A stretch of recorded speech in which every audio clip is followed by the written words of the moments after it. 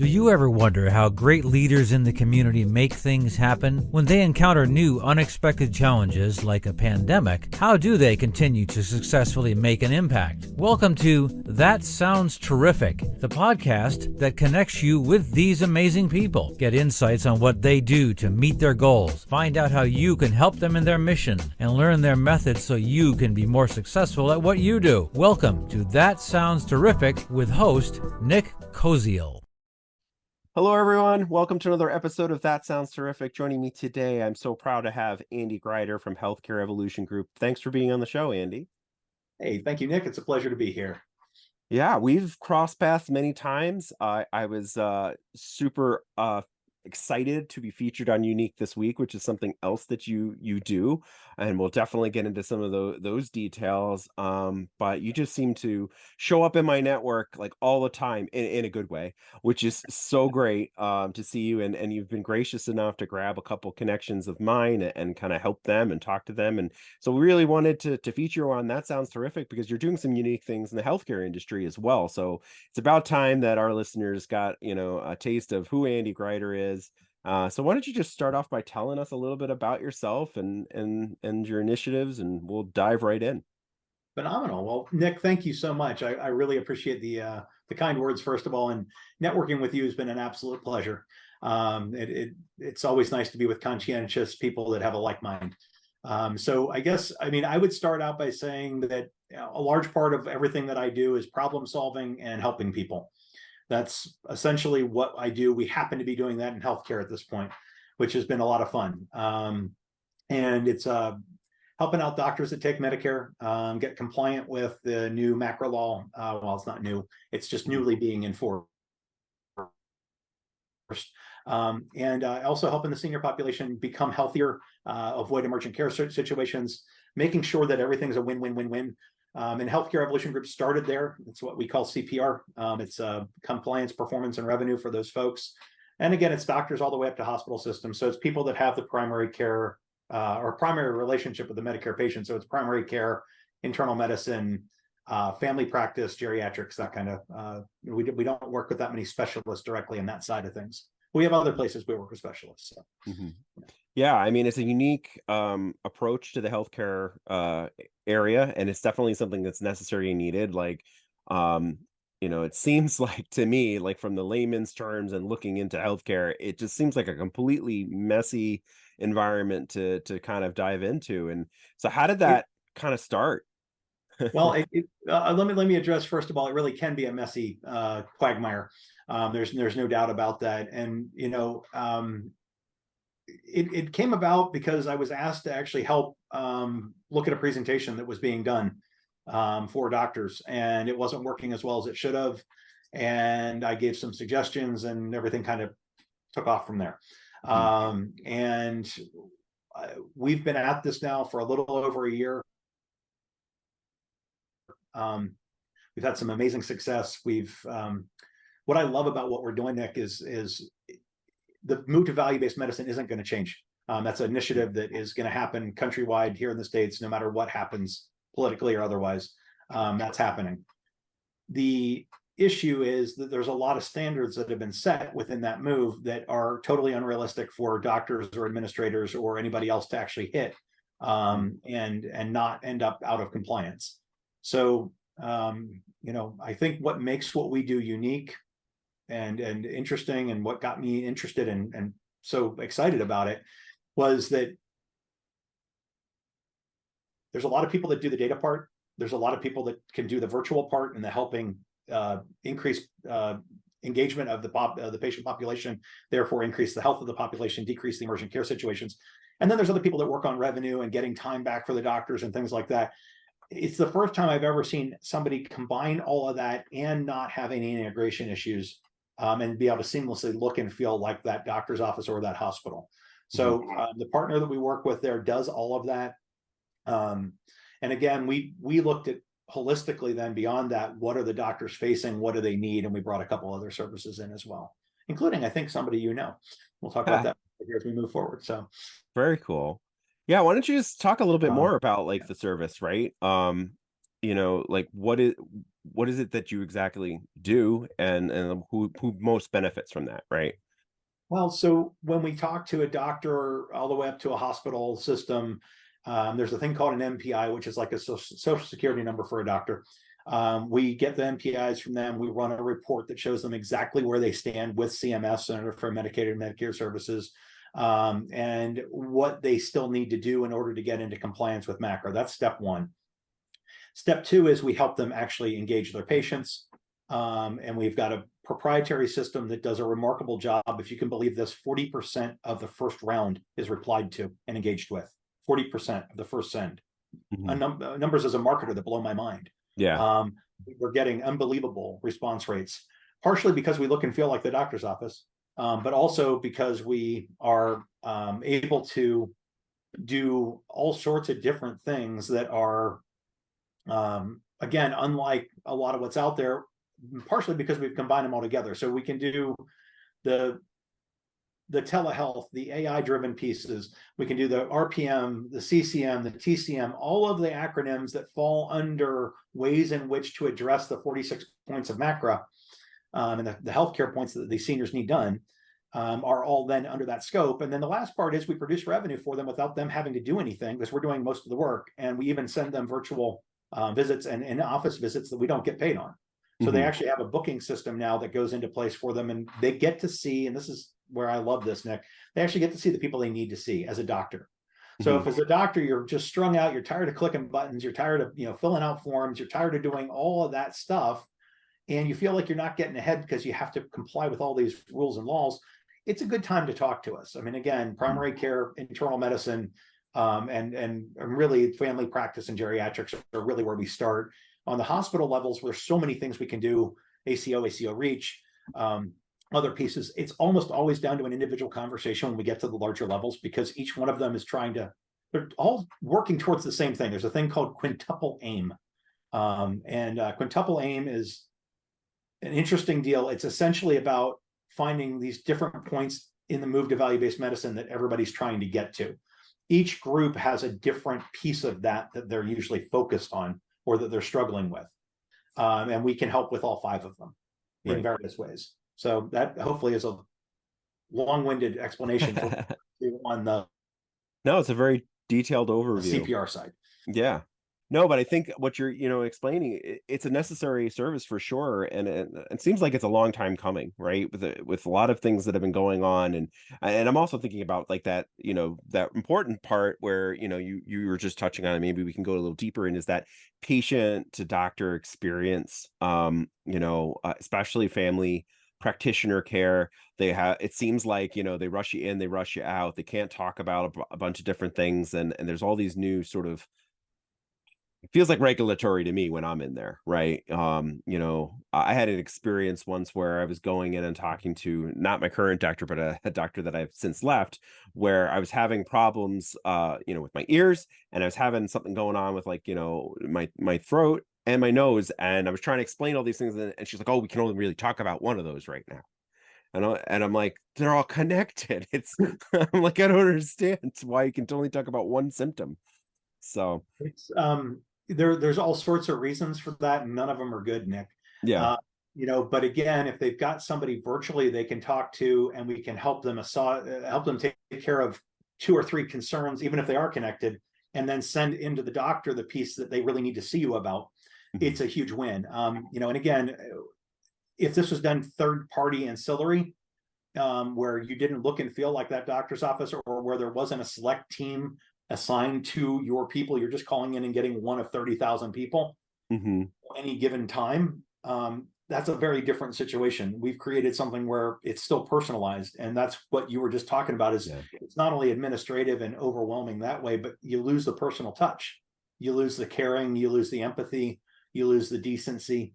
And a lot of doctors don't want to do that, but their systems and their situations almost mandate it at this point, which is sad.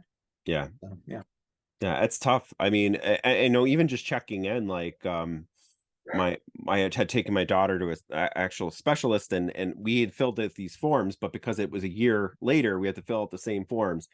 And like, you could do it electronically, you could do it on paper. We chose the electronic, and they should have all that stuff already in there, but I'm re-putting everything in, right? And then what happens next is like it's just an efficiency battle. You go in, the nurse goes over everything that you just wrote in there, asking you the same questions, and they're typing it in. So it's not like they're confirming what I wrote. And then the doctor goes through a lot of those things too. So I don't know if you have anything to do with any of that. But that's a definite user experience thing for me that drives me nuts. We have some things we can do to help correct that, but again, a lot of it's institutionalized at this Right. point. It's part of process that we have to work with rather than around. Yeah. But again, when these things are being done virtually, there's a lot of advantages to that. That eliminates a lot of the paperwork, a lot of the process. They still have to check things. They still have to do what they have to do. The other thing that's going to help change that, Nick, is being able to use technology at a higher level, AI, NFT, et cetera, to be able to protect medical records and be able to share them that way. Hopefully where you can fill things in once online, and that's still coming. That's, it's a little ways away.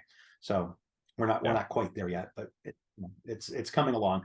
And there's a lot of cool things that are happening in that realm. That's one of the beautiful things about what we're getting to do here is we get to meet a lot of people that are doing super cool technology. And our consultant group is made up of former healthcare executives and folks that run med device companies or new technology and things like that. And I mean, on a regular basis, I learn new things. I mean, my days are never boring right now. Yeah. At all. So yeah. Well, that's why I work at a college too. I do enjoy learning new things and keeping abreast of innovations, right? So yeah, I mean, you touched on some of this already, but I'd love to hear a little bit more about, your typical clients, like what you're looking for, how you guys get connected, and what you do to get started. And then also maybe touch a little bit on, this is a totally different question, but just popped in my head. Touch a little bit upon, like, there's a lot of sensitive information here, and how do you work on the compliance side? I'm sure that's a big challenge that some of these doctors that might be listening to our show be like, well, it's great to work with you, but how are we going to get past the compliance and data part? I'll thank you, Nick. That's a great question, and I'll address that one first, and then I'll jump into the sort of overblow model of everything. On the CPR side of things, which is what we've been talking about mainly so far, if a doctor is already part, and they're going to be part of an EMR HR situation of some sort. It might be one of the large players, it might be a smaller player, but they've already got a system. That's what you're seeing them type into. That's what they're confirming or not pieces into, and all of that. The most companies try to build a pipeline outside and around and into that, and then they have to do integration and they have to go through all the steps. We have figured out a way to make that very simple, where there is a zero data risk on the HIPAA side. It's proprietary, so I can't really get into how we do it, but it's part of also how we make things and make them seem like they are, we're calling from the doctor's office as part of their team. But it's similar that way, and it doesn't ever allow things to go outside the system the way we work. So anything that's already in place to control HIPAA, to control patient data, to control those things is still in place, and we don't circumvent that. We don't go outside of it. We don't build any new pipelines. So that's a huge, huge play for a lot of the doctors. They look at that and say, oh, wow, that's very comforting. Or more the administrators. A lot of the individual doctors ask, but they're not as concerned as administrators that's their absolute direct role. The doctor's role is to see patients, hopefully, not to get caught up in all the rigmarole. Now, your other part of the question. So when we built Healthcare Evolution Group, we built it as something to market CPR out to the healthcare community, from, again, the smaller clinics all the way up to the largest hospitals in the country. And really to try to help fix parts of Medicare and how the process system worked and everything else. And we've been doing very well with that. But along the way, I mentioned we've met a lot of really cool people. We also realized that doctors have cash flow issues, and there's some places we can really help mitigate that issue, help them make more money, help them turn something that used to be a loss leader at best into a profit center, which is in the realm of pressure wounds and wound care. So we have an offering there now that is really cool. We use amniotic patches that are actually dehydrated, so they don't have to be in a sub-zero freezer. We have a program that's a 60-day net billing for them. We have an app that tracks all of it for the patient and the provider. But even more to the point, it takes it from months, like a dozen months or 8 months, down to weeks, as in 6 to 10 weeks, and increases the heal rate by 90% faster, plus a lot more thorough, plus it decreases the infection rate from fairly likely down to almost nil. So there's a huge win there, because it also means that the doctors don't get sued for the infections. And they actually make money using these patches, whereas a typical wound care deal is a lot less likely to make them any money, and it might even cost them money if they get sued. Right. They probably won't lose the suit, but they still have to defend it. Sure. The kicker on it is, so we, again, we find ways to make money in the first part. We find ways to free up time in the first part. We find ways to make money in the second part and better help the patients, especially senior citizens, diabetic, bed sores, etc., anything that's a pressure wound. Then we actually turn to somebody that you and I both know, in Katie Borchers with Beyond Green, and she's going to be helping out with debt collection for the doctors in a first and third level type of deal, so she can look and feel like them, just like we can when she reaches out to do pieces. And then on the back end, she can look like a debt collection company. But I think her reasoning for being is she's a former RN who has empathy and compassion tied into AI to do all of this. They don't threaten credit bureaus. They don't threaten lawyers. They don't use them. And to that end, the patients don't end up being pissed off. And, one of the things that I had a doctor say to me the other day was, we had to send this person to collections because they didn't pay their bill. And then they came in and they spent the half hour I had with them complaining about the fact that the collections were so horrible. And I was willing to see them even though they owed money, but they sat there and complained for a half an hour. He said, how do I get around that? And I said, well, ironically, I have somebody for you to meet. But so those are the first three parts. And then the last part is, and without getting too into detail there, Nick, but we have a way in which we can help doctors protect the new income, help protect their assets, help protect their nest egg they've been building, all of their IP and their actual property and other things like that, their practice itself, their home, any of the other property they own, and better leverage their money. Without, again, I don't want to get into too much detail there, but that's sort of the fourth part of what we do. And it's a fun piece to be able to offer. It's not actually something we make any money on. It's a straight offer to the folks that need it, partially because, quite frankly, out of everything we do, it's ironically the thing that gets us more referrals than anything else. So those perks are important. Yeah, well, I was going to say those pieces are really important because most doctors have a concern about being able to grow generational wealth for their kids and grandkids, because they're worried that somewhere along the line they might get sued and lose a bunch of it, or they might have any number of other things happen that cause them to have to, so many solutions benefit one or two groups and they screw over a whole lot of other people, or they don't benefit them at very minimum. And I personally, I just got to a point in my career, in my life, where I don't deal with that very well. I don't want to be in a situation where that's the ongoing modality every day. I can't get up and get excited about the day if I'm thinking, hey, yeah, I'm going to do well, but somebody else is going to fail because of it. That doesn't sit well with me at all. And I might lead into the next part as well, but I mean, I really consider what we do to be altruistic capitalism. Yes, we're making money doing what we're doing, but we're helping people to do it. And then we can turn around and help more people in different ways with the extra money that's left over. And that's what we do. So I try really hard to have guests like you on the show, but also guests like that, maybe from corporate America, but have that mentality. I think there is a place for businesses on That Sounds Terrific, even though like our core thing is it hovers a lot around volunteering, nonprofit, unique ways of doing things is also who I'd like to feature. And especially when it comes down to like, unique ways of getting paid, right?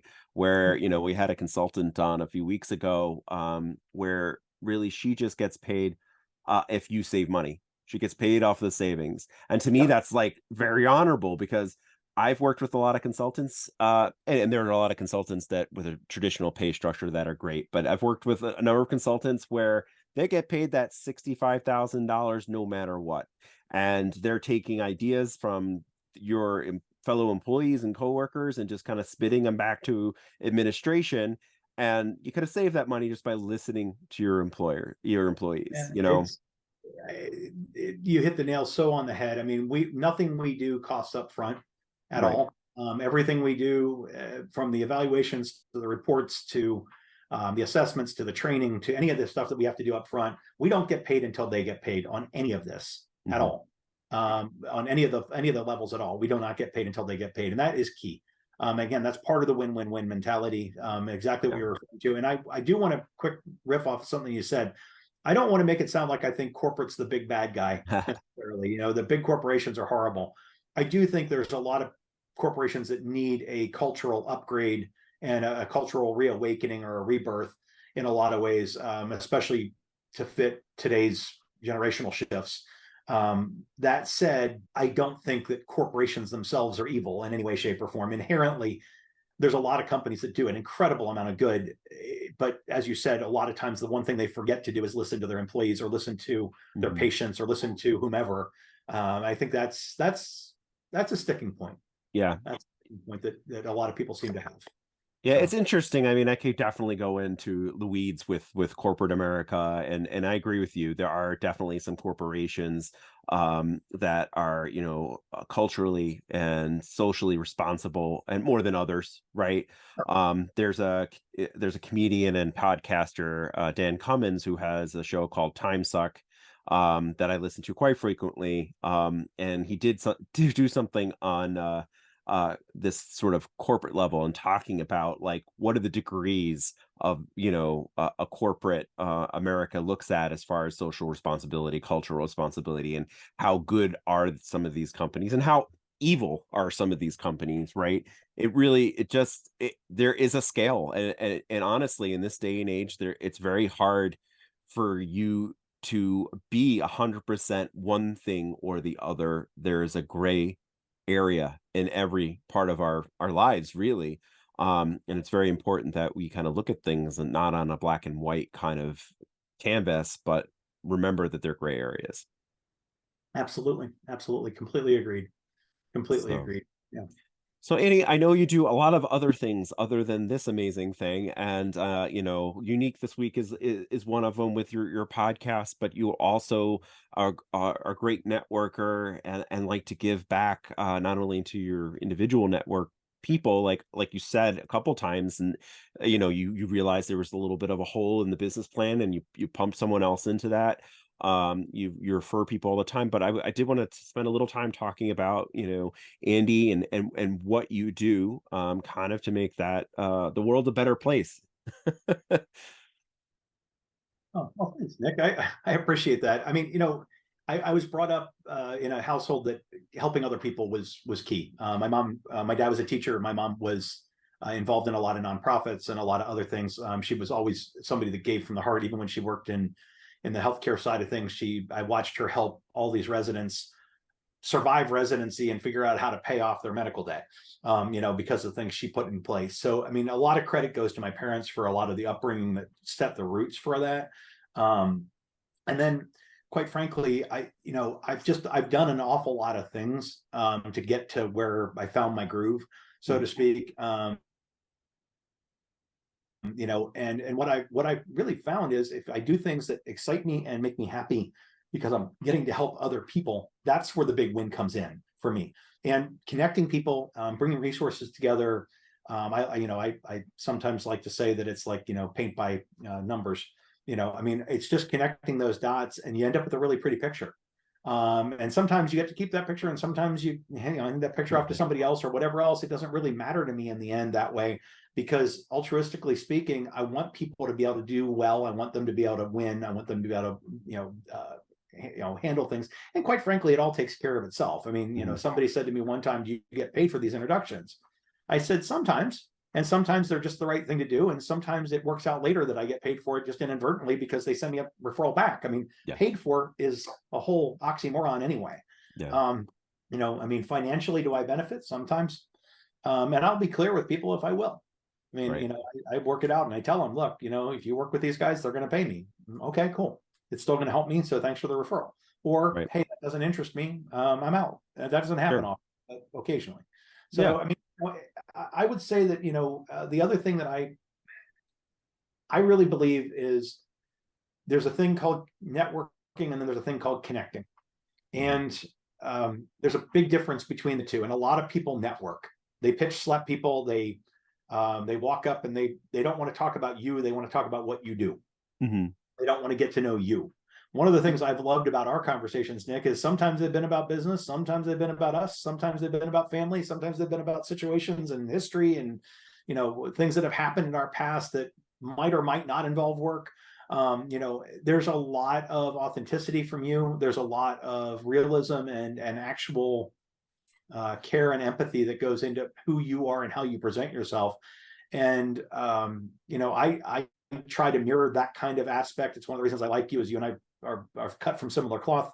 And, you know, it's important because if you build relationships with people, you can know 4,000 people, be tight with 400, and have 40 that are your core supporters, that are the people that are going to push that rock up the hill with you every day, Sisyphean or not. They're going to be there right alongside of you pushing. Right. And, you know, and they're going to support you when things get tough. If you just go at it as, this is somebody who's a good business person who happens to have a business that I can do business with, I'll be blunt and tell you, I've done that before. And that world is where you find out that you don't really have that many friends when push comes to shove. So, you know, it's, you know, believe it or not, that's, you know, to me, the core of it. You connect with people, you be authentic, you be real, and you will find your crowd. Yeah. That's key. I mean, and I think every time I've ever strayed away from that, even vaguely, it's cost me dearly. And usually for an extended period of time, it seems almost unfair karmically. You go away from that center compass and you get slapped. Yeah. So, you know, but anyway, that's my take on that side of things. And, you know, I really, my brain works a certain way. I love putting people together. I love seeing connections and, you know, understanding where I can, you know, introduce people where it could be a benefit to them. And that's sort of, well, I'm a big believer these days in the Colby scoring system. And so it's the 9 visionary and the 6 activator side of things that really sort of kick in there and sort of work in that way. So it's been fun. It's a fun skill to have, and I get to apply it rather liberally across the board. So it's fun. It's a good thing. Yeah, and you know, the check's in the mail, Andy, for all the compliments and everything that you you threw my way. I had you on the show just so I could hear some great compliments about myself, really. But no, it's hard. And I think, you know, like you said, we are cut from the same cloth. And sometimes, like, you know, I throw compliments your way and tell you how much I think you're important to my network. And you know, and sometimes it's hard to take compliments, right? It's hard for me. I don't like, I'm like, it certainly can be difficult because none of us are used to hearing so many good things. And when you get around people who are authentic, they're going to tell you how they feel, good or bad. But if you're doing well and you're doing good by others, you're going to hear good things. And I will say that that's gotten easier for me. I still do not toot my own horn real well. But then I've got people like you who say incredibly nice things about me too. So, you know, I mean, you know, and sometimes it's better left to somebody else to say them, quite frankly. You know, I mean, I'm happy to talk about what I do, why I enjoy what I do and everything else, but I'm not somebody that's going to ever end up in the, you know, the bright lights, you know, necessarily. It's just not, that's not how I work. I'd prefer to work from a place of a little more anonymity. You know, and even with hosting the podcast and stuff like that, that's about as out there as I tend to get. So. And even that, like, you're kind of like with what we're doing here, we're highlighting other people, right? We're not really talking about what we feel, but what they're doing and what they feel. Well, yeah, exactly. I mean, that's, and, you know, it's every podcast should be only as good as its guests, not its host. Yeah, no, I agree. And, you know, there's another person that, you know, pretty darn well, Ben Albert.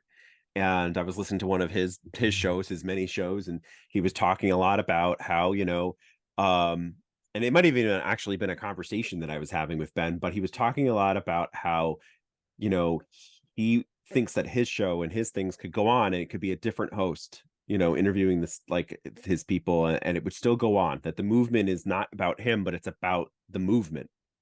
Right. Yeah. Well, his interview skills are just off the chart. He is one of the best question askers and presenters of perspective. Or gainers of perspective that I've ever met. I actually just sat on his show earlier this week, as a matter of fact. So I'll be an upcoming guest sometime, I think in September, because he's got that far of a hopper. I'm jealous. I wish my hopper was filled out till September. It's not, but Nice to see. You can adjust the show to being presented every 2 weeks instead of every week when you take up things like a doctorate, which I'm doing. And so now my hopper has gone out to like September, October because I changed my schedule. So Mhm. so that's a way to do it. That is a way to do it. Just Less expand. content, Yes. but great people. So yeah, Andy, like I said, I really appreciate the things that you do for the people in your network. I mean, are just so giving and so willing to talk to anybody. And I think that that's important. Take those calls, and you never know where it's going to lead. Like, my podcast doesn't have the largest audience, but one of my favorite things is when, I have a guest write back and say, I got a client because of you, or I have this connection because they listened to the show. I had a wealth manager on the show a while back, and someone listened to the show and called him up because he sounded like a real person, right?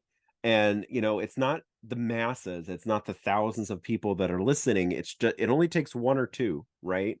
To really make an impact and difference.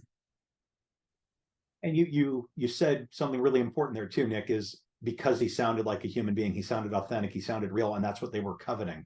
Yeah. And if that's what somebody's coveting in their financial wealth advisor type of role, and a lot of people are, Mhm. it's really hard to convey that unless you are that. Yeah. And he got a chance to come on, and you highlighted him nicely, and gave him that opportunity to get out there. And in those cases, one client really can make a humongous Yeah. difference. But quite frankly, some of the introductions you've made for me, Mm. and Navita in particular, I mean, has been tremendously helpful and eye-opening and wonderful.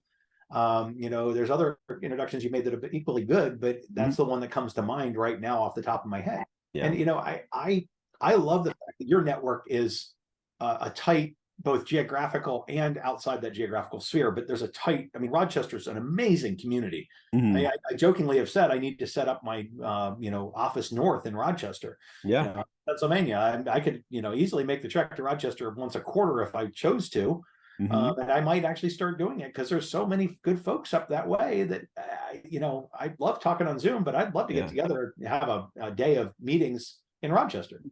I have a great place for you to settle roots down there at NextCore. We have a couple great companies. I mean, a lot of great companies that are there, but it's a great office space, very supportive, and it's right up your alley with your business too. So we should talk about that. I'd love to convince you to come up here for a variety of reasons. Some selfish than more selfish than others, but yeah, Rochester's a really special place for me, and it would be great to have you up there once a quarter or more, so I'd love to facilitate that and see where we can. That might be a good way to work together, Nick. yeah. Let's go work together, Well, and then we can rope in some of the other usual suspects up that way too. of course, yeah. So going back to just one other thing you said, we often I don't like the limelight either, even though like people, my wife in particular, says, "Oh, you love being in front of people." I'm like, "Yeah, but not large groups of people, right? Not like I don't think I'll be the CEO in front of 500 people in the world announcing the quarterly updates or something like that. It's just not me. I love being in front of an audience, and usually it's not me. It's a character, and I've shared with you that I'm doing improv and other things. Yeah. But I'm usually not me. It's not Nick. As soon as it's Nick in front of a lot of people, especially, I'm like, become the bumbling kind of idiot, even if it's something I know a lot about.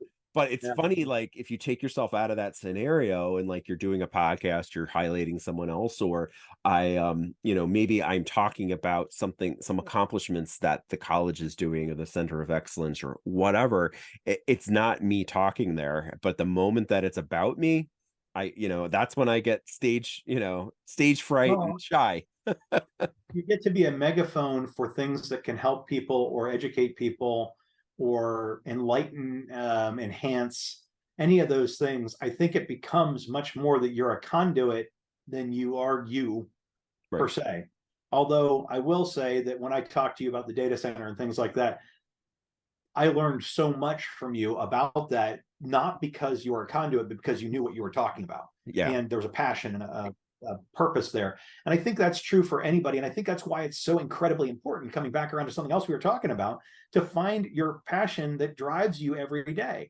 Find what is where the love is in the dream of what you're doing every day, where you are literally making it come true as a result, where Mhm. you're taking all of that and you're saying, okay, I'm going to do what I love. And then it's a lot easier to be out in front of people because you're doing something you love and you enjoy.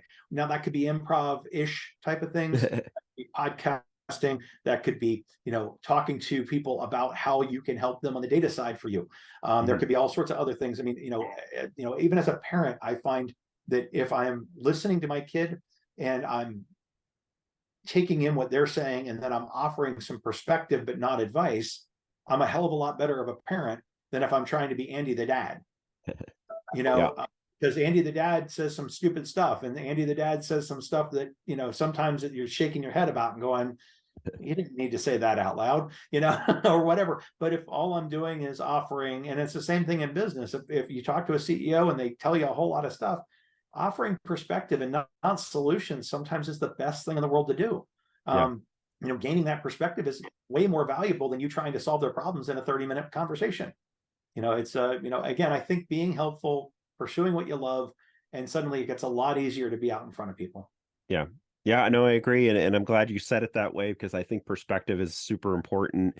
Because at no point ever during any of my conversations, or any of the people I referred to, or, for whether they were trying to seek out help or they had maybe, some other ideas that might help you, have I ever heard anyone feel like you're trying to sell something, or you're trying to like to push something on someone, or even like anything. It's God, just I hope always not. been, perspective with you. It's always been, here's my thoughts on this. And and brainstorming. You're just a wonderful way for people to kind of, even just kickstart their own creativity.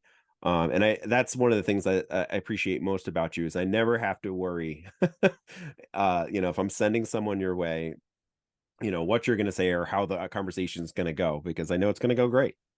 Well, thank you, Nick. That's tremendously kind, and I'm glad I've been able to uphold that into the bargain. Because I mean, I do think that those of us that do a lot of connecting, there are times I look at things and say, yeah, this person could help this other person solution wise, but they're oil and water, the Right. personality wise, or any number of other things that might kick in. And again, when you connect with people, you learn those things. You actually learn who somebody is, how they operate, what their mindset is, what drives them, what their values and mores and et cetera are. And you kind of learn that you can put somebody with somebody because they're going to be pure about where they're coming from, or you can't, Hmm. or they're gonna pitch slap somebody, or they're not. Right.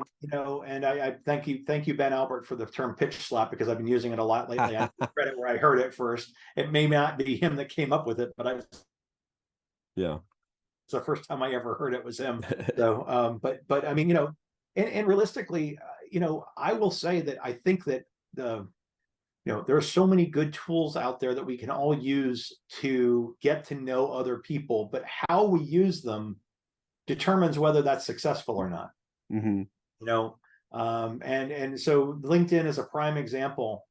I've had, over the last 3 weeks, I've probably had 150 people, 50 people a week, Yeah. cold inbox me with offers. Hmm. No possibility of knowing who I am, Yep. anything. I mean, half the time getting wrong even What you do. Yep. we do, even for healthcare. And all it would take is a simple, "Are you open to having a conversation?" question, Yep. so I can learn more about what you do and we can see if there's a match. I'd have 120 appointments on my calendar by now. Sure. Because if they had asked that question, I might have been open to it. Yeah. You Yeah, know, the beauty and also the evilness of AI, and automated messaging. It's there's been an uptick in podcast promoters. There's been an oh, uptick in a variety of others, actually. Coaching, like I have coaching on oh, my profile, and so coaching leads is something else that we get. And so it has changed. I'm gonna talk about two different things actually that you maybe think of here. It has changed my perspective on taking meetings too. Like, I agree with you to an extent. Like, I would be much more open if they kind of reached out and said, "Hey, I want to talk to you about blank." right. And then let's have a meeting about it, right? Sure. Um, but I've now been burned a lot of times where that first thing is a pitch. like immediately. It's like getting that message, but as a pitch. And then I'm like, okay. So I did in my career support group talk a little bit about that like, I was always the one to take that meeting, and like a lot of times it led to other things, right? Even if it Right. wasn't me buying services. And then the other thing with all of that, with AI and everything that's going on, and and you were talking about connecting people. We had a conversation about the oil and water kind of connection, and I think you even wrote a response to something that you had posted on LinkedIn about that. And I I should have taken your advice, because I set one up and it imploded. It really did. And I think both of them may listen to this show, so I won't go into too much details, but I just, they both on paper should have gotten along fine, but like I knew the personalities outside of that, and it kind of blew up. So Well, I I mean, gotta listen to Andy better. it's fun because it's actually an integral part of what I do when I do the Intros at Impact courses. Mhm. I do those for teams with sales staffs, or teams without outward facing folks that want to be able to actually build the lifelong relationships that turn into a lifelong employee as well, because Right. they stick around because they actually do well. Yeah. With the cognizance that it takes longer to do it that way, but it also ends up getting the results that you want. Mhm. A lot of the reason I have the network I have is because I hosted a podcast that ran from 2002. I looked actually yesterday to see when we started. It was Mhm. 2002 through 2014. And then I took a couple of years off, and I got back in maybe 3 years ago now, Yeah. into the podcasting side of things.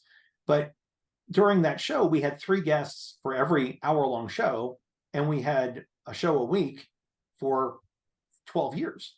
Yeah. I mean, do the math. Yeah. 3 times 52 times 12. That's a Right. lot of guests. A Yeah. lot. A lot of connections. And all the people they introduced me Yeah. to. But again, it's all entrepreneurial folks that have great ideas and are visionaries and entrepreneurs as well. And when you get that running, the next most important part is, yes, can they help each other theoretically, but are they going to get along? Mhm. Are they of a like mind, or are they of a similar mojo? Because that matters a lot. I mean, to your point about being pitched 5 seconds into a first meeting, I literally will stop the meeting and say, look, either we get to know each other first, or I'm not interested in continuing the meeting. Yeah. I have to be a little better at that. I'll just be that honest. And I'm not trying to be difficult, but I don't want to just talk about business. I want to get to know you a little bit too. And if they say, look, all I have time is talk about business, okay, then find somebody else. Yeah. And I appreciate it, but this won't work. And I can't help you if you can't help me. Right. Because the people I'm going to put you with are going to expect the exact same thing. Yeah. They're going to expect to be pitch slapped. Yeah. At all. So anyway, I think also one other thing that's kind of come along with age for me is an absolute defining of boundaries of what I'm willing to do and what I'm not. And what actually I've seen work and what I know doesn't. And that's another part of what I put into that course, is giving people the idea that, you've got to make sure on all levels these things are going to work as much as you can, but you also have to know that information in advance. So you have to go about your networking in a way that provides the connections that tell you this is going to work or it's not, or you end up with a situation like the one you described, either out of naivete or out of stubbornness because you want to make the introduction, or out of goodwill because you're like, oh, but it really could work, but Yep. I mean, and there's I don't know which one of those is worse because the results are all the same in the end. Yeah. I don't know that any one of them is worse, I should say. That's really how I should have phrased that, because the results end up being the same. Is even if you know better and you make it, it's still going to end up. And the other problem is, this is something else I think a lot of people don't realize, their brand capital is tied to the introductions they make. And if things blow up more than occasionally, and I had a couple blow up in the last couple months myself, and one of them got so much egg on my face, I felt like it was it was enough to make me step back for 2 or 3 days. I mean, literally, I Yeah. just stepped back from everything introductions wise. And I won't say I considered turning off the spigot, so to speak, because I don't think I can. It's not who I am. Mhm. But it made me a lot more cautious about what introductions I do make, because it went completely sideways. Right. And I got 2 very angry phone calls afterwards. Basically, I don't get this guy and he doesn't get me, and and that happened again last week with something else. And so don't feel bad, Nick. Yeah. Your heart's in the right place. You're trying to do the right thing, and I I respect it, and I just tell people thanks for letting me know what happened, and I'm sorry that it didn't work out, and that's Yeah. about all I can say. Yeah. So, Yeah. and then we move forward from there. I'll keep this in mind in the future. Sure. Sure. Anyway, yeah. No, I think that's all very important points, and like, yeah, I can see how that would be like a shock to you a little bit, and you'd want to, kind of reconsider the way that you do intros. I am, honestly, that's, I know I've been sending you a lot of people. Like we started that before we even really started recording, talking about that.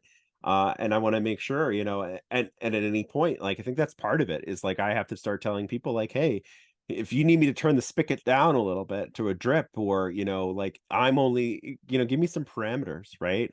Because I think that these people are helping, and you don't always know. I mean, you're one of the people that does get back to me and say, hey, that intro worked really well for me, and so it kind of, we have to also put the onus a little bit on others, and that's something that's changed my mindset. It was just always like, I'm going to introduce, but I think there is a responsibility of the people that you do introduce people to kind of get back to you, and that doesn't always happen. I think one of the biggest kickers, Nick, is I do mostly video introductions, not all, but mostly. But either way, I end it either verbally or in writing with, "Hey, let me know how this goes, and if there's anything else I can do to help out here." Yeah. And if you end with that, you do tend to sometimes get more feedback than you would have otherwise, better or worse, Yeah. and you find out what other ways you can help because you've asked. Yeah. And the other thing that I will say, I mean, they always say the fortunes in the follow up. I really believe that it's just fortuitous to follow up, because fortune denotes money in a lot of cases. I think it's just when you make the follow up to find out how things went, or you check in on something that you didn't see it move forward, you saw one side answer but not the other, that kind of thing, and you say, hey, did you guys get a chance to get together? I really think, and again, reiterating why, here's why. Yeah. That's the other thing is, in an introduction, you have to tell people why you're putting them together. You can't leave them to figure it out. And if you can't take the time to do it, don't make the introductions, is usually what I'll say to the classes that I do. So one guy was like, well, what if I only have time to say Nick meet Andy, Andy meet Nick? I'm like, how long does it take you to put together 3 more sentences or 5 more sentences? I mean, really, because if if you can't take that time, then you probably shouldn't be making the introduction. Yeah. Because they're going to be lost. They're going to get together and they're going to go, hey, Nick's a really neat guy, but I don't know why we got together. Yeah. Yeah, you can't leave it to just them to figure out. I totally agree. That's great advice, Andy. And we're coming up on the end of our time here for sure. And I just want to thank you again for being a guest on That Sounds Terrific. I could talk to you honestly forever, but I'd love to close out with just one more kind of sort of stumper of a questions for some people. But if you could have a party, a dinner party with 3 people, alive or dead, this question, who would they be, and why? Well, one of them would be playing music for me. I'd bring back Mr. Garcia and let him sit and play acoustic for us. And just because I actually always had wanted to talk to him, because he seemed, every interview I ever heard with him was just fun and entertaining, and he had some deep ideas on all sorts of crazy stuff. There's some quotes of his that make me just shake my head and smile, like, wow. I think another person that I think it would be really interesting to get to know would be Gandhi.